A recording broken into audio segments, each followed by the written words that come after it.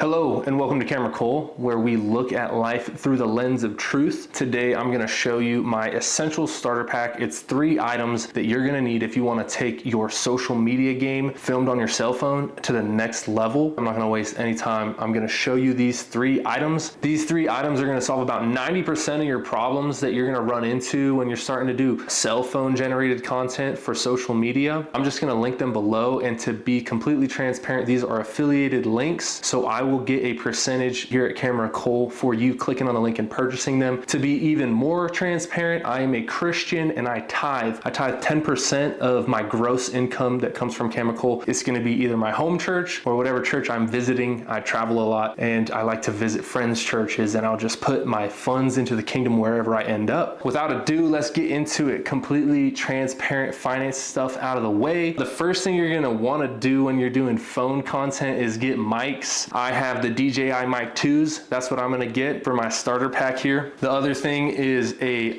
phone tripod. I like this one because it's really streamlined and you're going to be able to be maneuvering this and setting it up in a lot of versatile locations.